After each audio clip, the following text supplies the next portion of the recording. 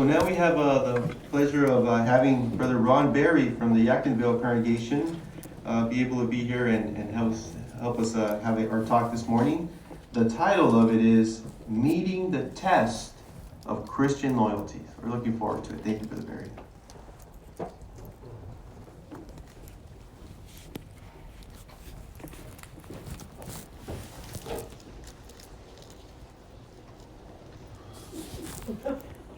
It's good to see these smiling faces even though they're under a mask, right?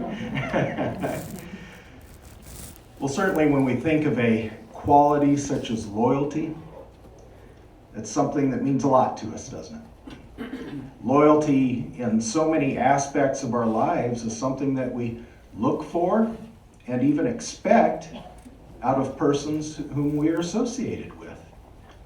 And so we look at loyalty today, what it means to us as Christians. We realize that it's very important as far as a quality that we individually must also maintain, not only expect of others. In fact, it's said in one of our watchtowers, the June 15th, 2013 watchtower, it made a statement that loyalty is a warm quality that includes devotion, faithfulness, and unswerving allegiance. A loyal person is not fickle. Rather, he lovingly attaches himself to someone or something, sticking closely to that person or thing, even through difficult circumstances. So that really defines what loyalty should be very well, doesn't it?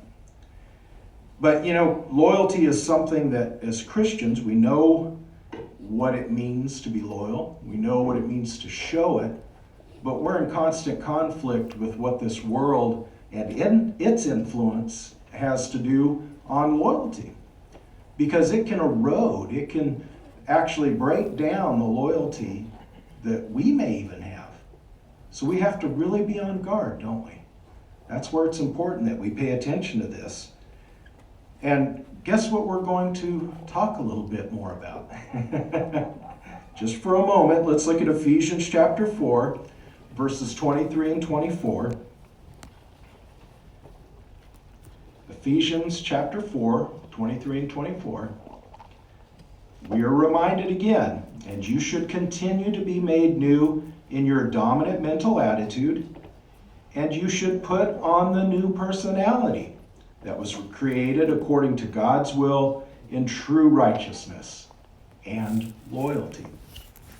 So again, here's another aspect of those qualities we just discussed in our Watchtower study. So obviously this added to the love and the good qualities that we saw demonstrated throughout that Watchtower. It helps us to appreciate that we have to continue to have that new personality, put it on, and keep it as something that we maintain, right? We don't just lose it, change it because of the influence of this world. Yes, we actually, in doing so, are imitating none other than our Father, Jehovah. Yes, the loyalty that Jehovah shows, we even think of God as the God of love, right? So we ourselves, in association with loyalty, must try to imitate that quality of Jehovah.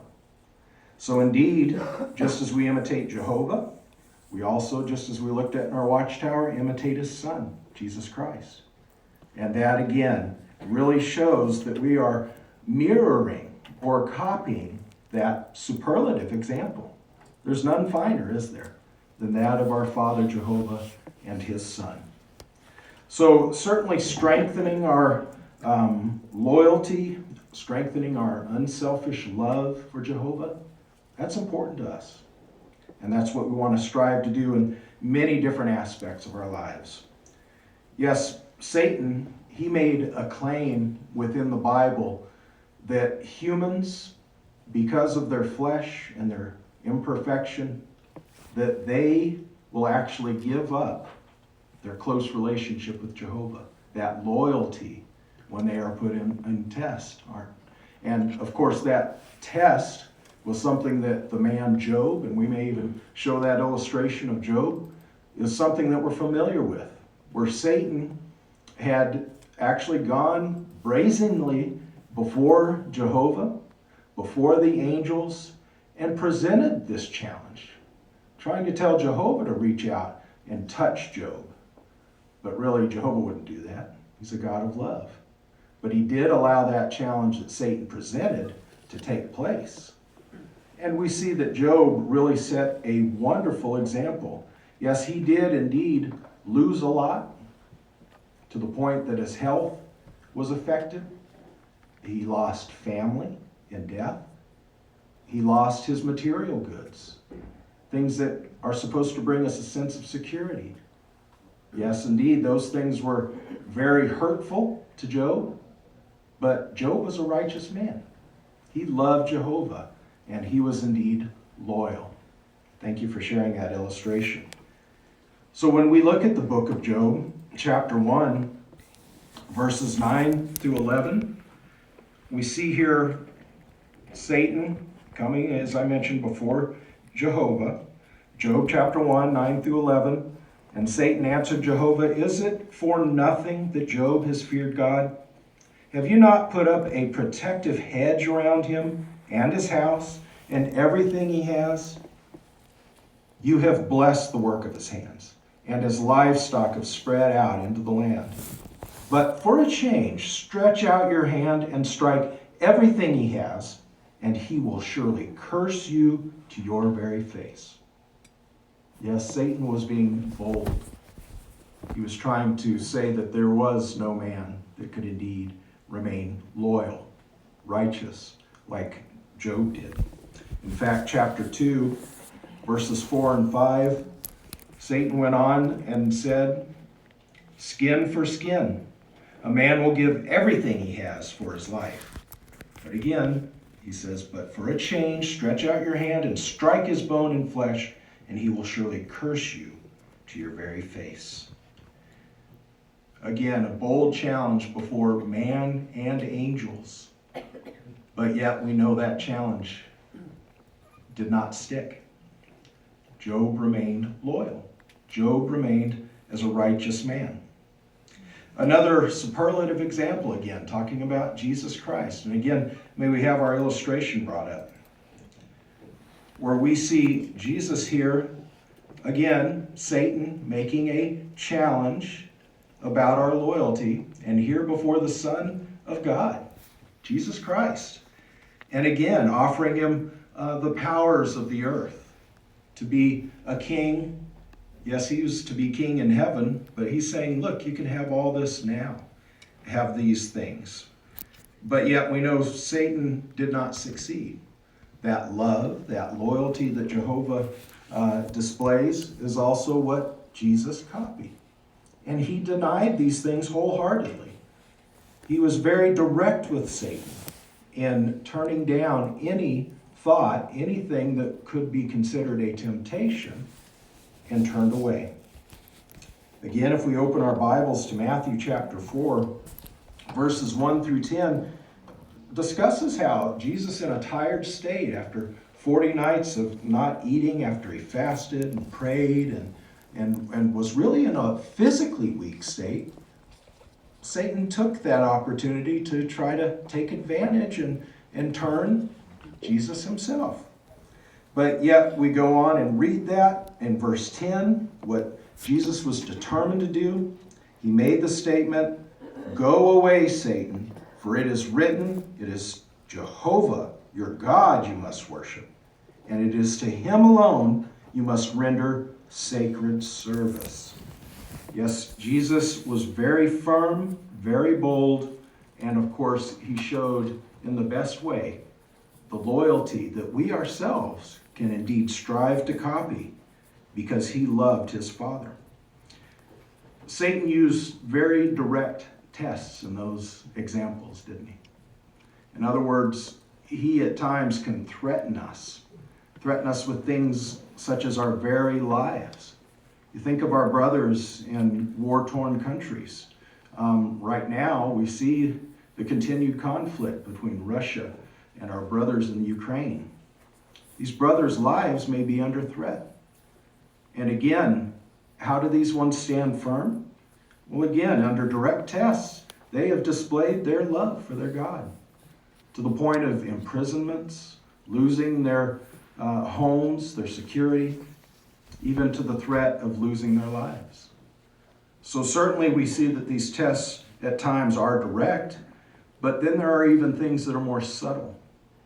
You know, loyalties, as we mentioned when I described that definition, it said to not only persons, but to things. And isn't it true? You know, we take again security. We work for a reason, don't we? We try to maintain a level of security in the fact that we can have a home, have food to eat, take care of our families. And that's good, right? That's what we're supposed to do. But yet the extreme example is that of where Satan likes to step in. And because of our concern for those things, what if all of a sudden our employer starts offering us overtime?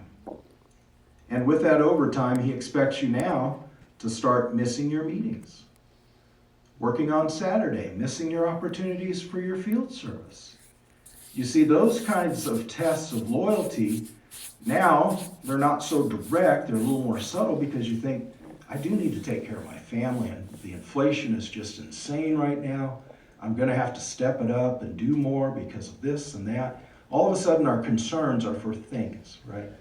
And not for the example of what we see where the most direct things, we immediately throw our hands up and say, oh no, you know, I'm on guard. You're not going to use that against me. Imprisonment? Okay, we're going to prison because of our faith. But you see, those subtle things, those are the things that kind of erode us, kind of can pick at us and make us start making compromises. That's where we have to really be on guard.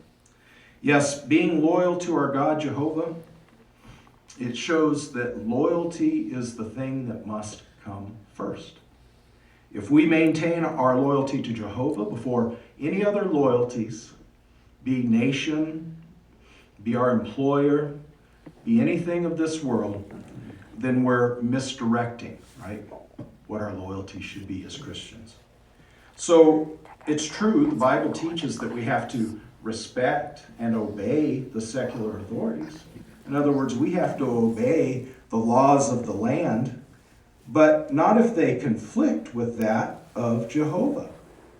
In fact, Romans chapter 13 and verse 1, it makes that statement. Romans 13 and verse 1, it says, let every person, that's all of us, be in subjection to the superior authorities. For there is no authority except by God. The existing authorities stand placed in their relative positions by God. So, in a sense, we are obeying Jehovah, aren't we? We're being loyal to Jehovah by obeying the authorities. But in relative position to Jehovah, if those laws go beyond what we need to do to maintain our close relationship with Jehovah, in other words, it's asking us to violate, like we are asked to go to war on behalf of our country. Well, we know that as neutral people politically, and our stance against murder, war, we're not going to do that, are we? Even if the country demands it. So even if they're trying to conscript us into service, we're still going to stand on behalf of Jehovah. And our brothers have made many fine demonstrations of that, haven't they? In various wars, even within this country. Think of Vietnam and how many brothers stood the test of faith and served time. But even our brothers in South Korea, for many, many years, they have had to go just automatically when they hit a certain age, go right to jail. And they know that. But they know they are not going to lose their loyal stand with Jehovah. Yes, we have to obey our Heavenly Father first. In fact, again, in Deuteronomy chapter 10 and verses 12 and 13, Deuteronomy 10, 12 and 13, this question here. It says, now, O Israel, what is Jehovah your God asking of you? It goes on to say, to fear Jehovah your God, to walk in all his ways, to love him, to serve Jehovah your God with all your heart and all your soul, and to keep the commandments and statutes of Jehovah that I am commanding you today for your own good. Yes, we must obey Jehovah willingly, out of our love. He says to love him. But it's also for our own good that we do so. So we really have to work hard at being loyal to Jehovah.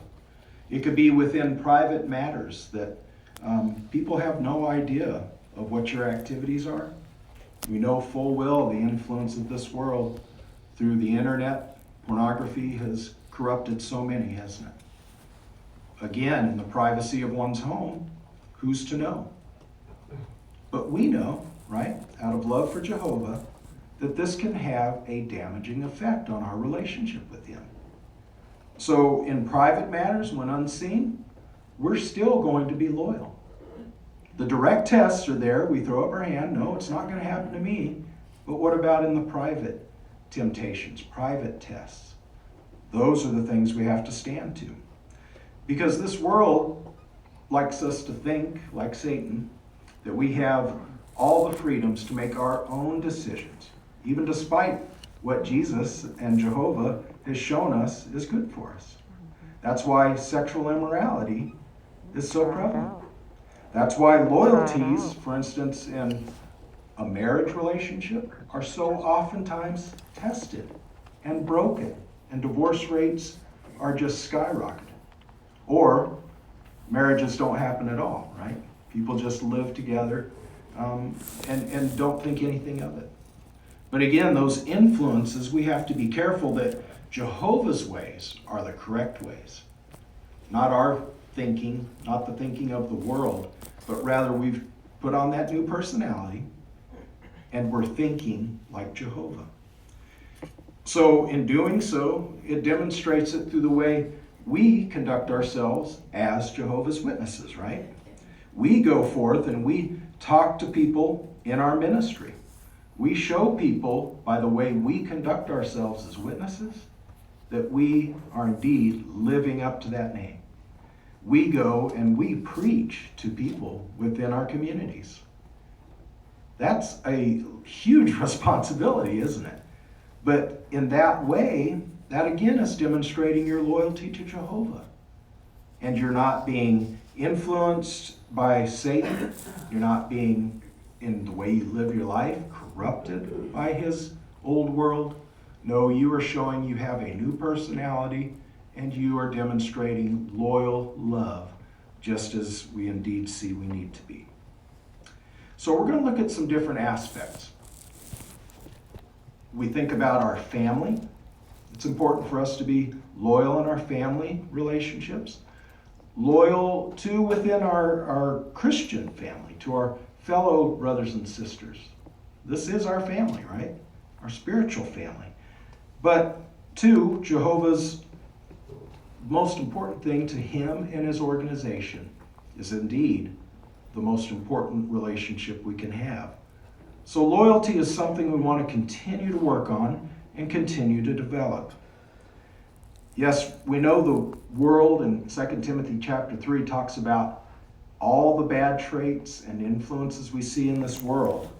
But within ourselves as Jehovah's Witnesses, again, let's look at our book of Ephesians chapter 3 and see again what kind of family we're in. Ephesians chapter 3 and verses 14 and 15. It says, "For this reason I bend my knees to the Father, to whom every family in heaven and on earth owes its name." We owe Jehovah our name. We are Jehovah's Witnesses, obviously. But that means we live up to that name. And we display it in our loyalty, for instance, to our marriage mates, as mentioned earlier. Even when difficulties arise, and we know they will, because we live as imperfect humans. And we have various trials and circumstances that come up in this closest of human relationships, that of our marriage mates. But as married couples, we seek the same mind, the same thinking of our God Jehovah and the way he's demonstrated his own relationship with his people, kind of as a marriage. We are part of Jehovah's organization, the woman that Jehovah indeed has taken as a bride, right? So we have to stick close by sticking close in that relationship. We know that within Matthew chapter 19 and verse 5 and 6, that's where when we hear a wedding talk, it talks about the man and the woman sticking close to one another. Why? Because they become as one flesh. Yes, that's how close Jehovah wants us to be within that marriage arrangement. So if you're going to be as one flesh, that's going to take a tremendous amount of loyalty, isn't it? Yes, we know too that having Jehovah within that marriage arrangement is going to help us to become ever stronger. That 3-strand cord that we always talk about, that 3rd strand being Jehovah, that's going to really strengthen us. And in doing so, when the temptations come about, we see what sexual immorality again has done to marriage. It's crushed so many families. And yet Jehovah's Witnesses, they can continue to look closely at Jehovah and his laws and discern that we need to stay close to Jehovah and not fall into such temptations to begin with, because those things will deteriorate our loyal relationships.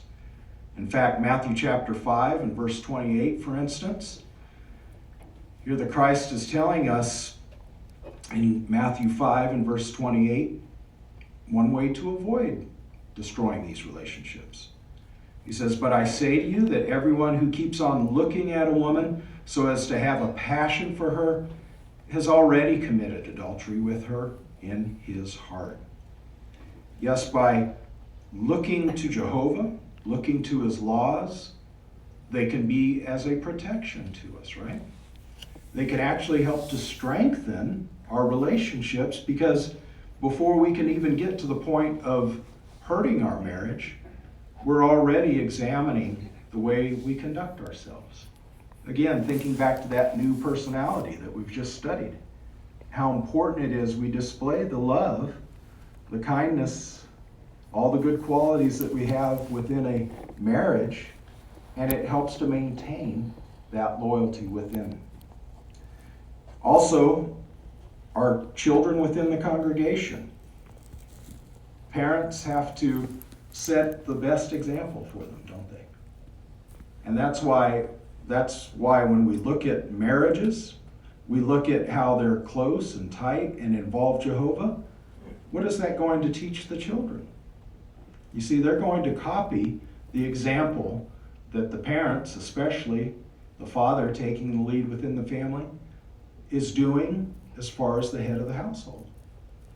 In fact, again, when you look at the book of Ephesians, chapter 6 and verse 4, that's where it's asking the fathers to not be irritating your children, but go on bringing them up in the discipline and admonition of Jehovah.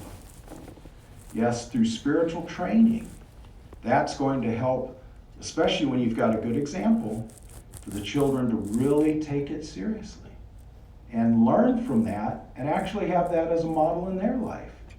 Just as Jehovah set the model for us, the model of his son. You see the relationship with the father, taking the lead, loving the mother. It's going to be a healthy thing, isn't it? And it's really going to help with the entire family arrangement.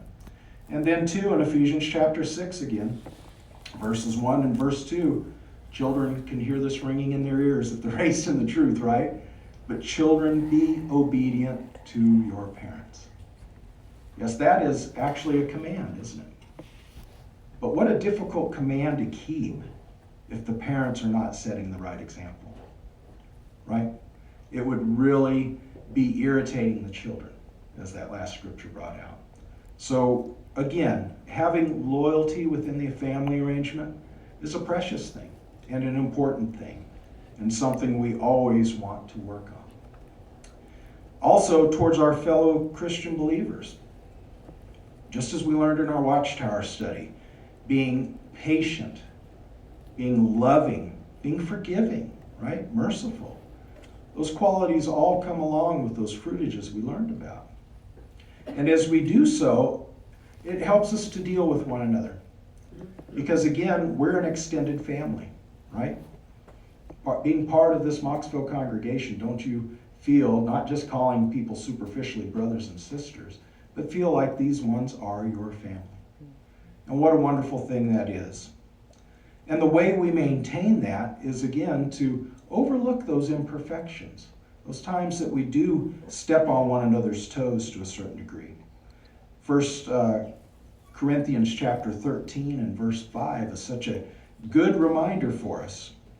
1 Corinthians 13 and verse 5 again describes that love does not behave indecently, does not look for its own interests, does not become provoked, does not keep account of the injury. Yes, a beautiful thing we see there. And it goes on through 1 Corinthians 13, like verses 6 and 7, telling us to rejoice in the truth, not unrighteousness. So we don't want to develop hard feelings with our brothers and sisters because we did something that may have offended, but rather we want to try to fix that. Because again, verse 7 says that love, it bears all things, believes all things, hopes all things, endures all things. And if that's true, and we demonstrate that within the congregation, well, then we are going to demonstrate the loyal love of our God Jehovah.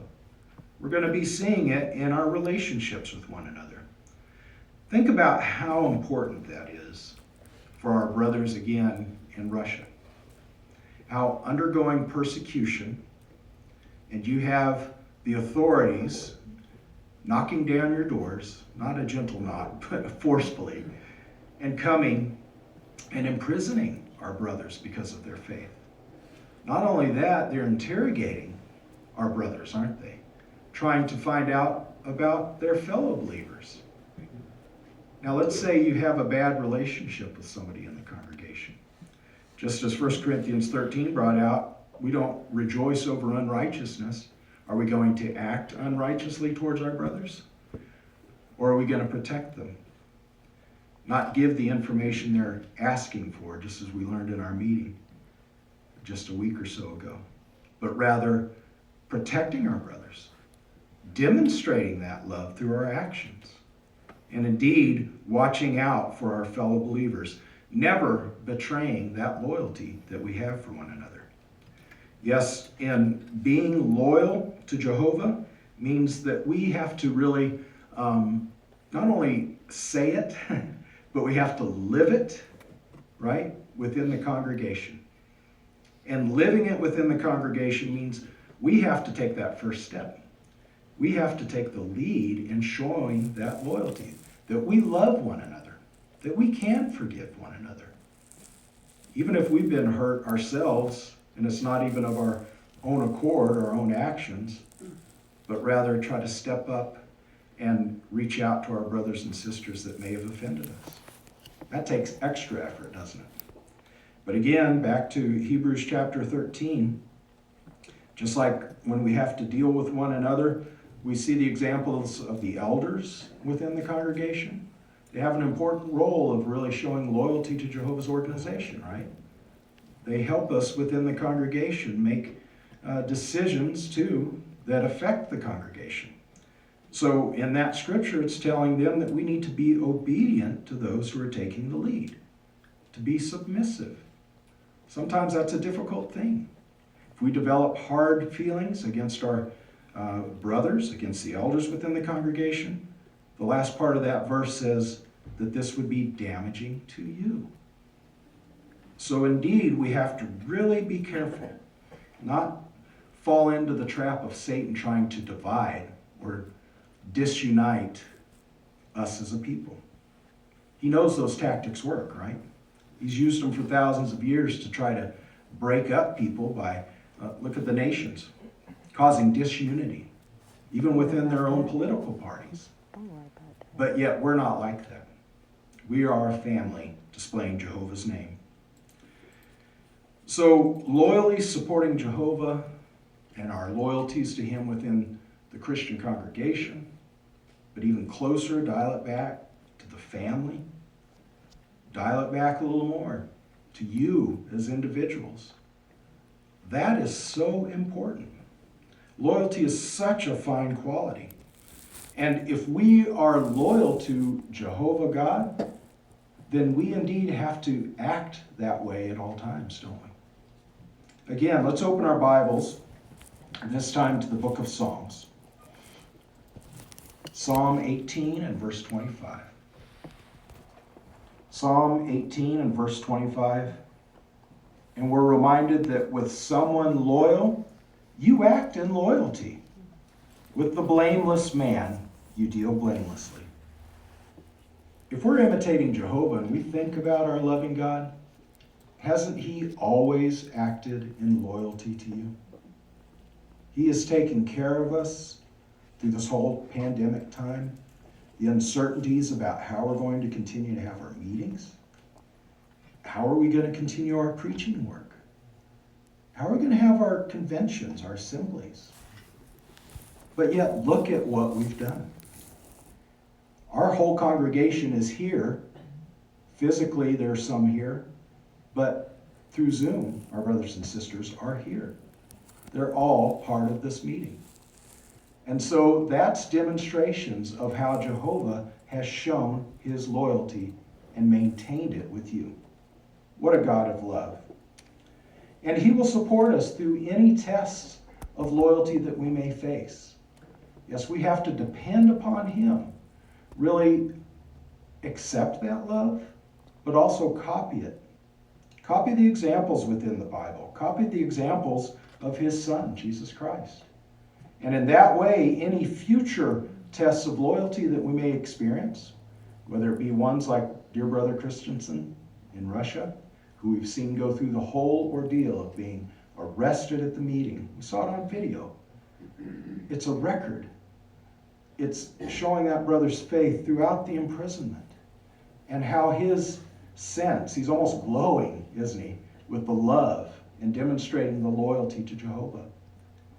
Yes, when we look at faithful examples like this, let's continue to imitate these ones and indeed be meeting those tests of loyalty on into the new system.